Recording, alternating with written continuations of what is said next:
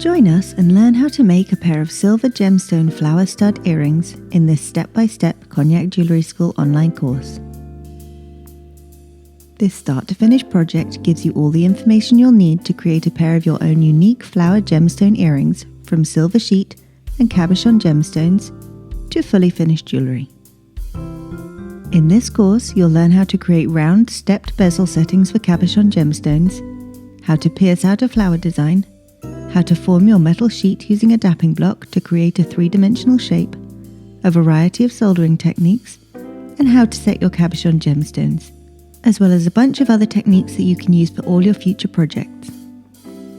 The course is broken down into 15 easy-to-digest lessons and 7 bonus technical videos. You can complete this project in one go, or if you need to take a break, the handy progress bar will remember where you are, so you can easily pick up where you left off. In the resources section, you'll find printable written instructions to keep on your bench, the essential guide to gemstones, printable flower templates, and a full tools and materials list to buy anything you might not already have. And finally, all online courses grant you direct access to help and support to answer any questions you may have along the way. If you get stuck, don't hesitate to get in touch. I'll be happy to personally answer your queries to ensure you fully enjoy the making process and complete your project.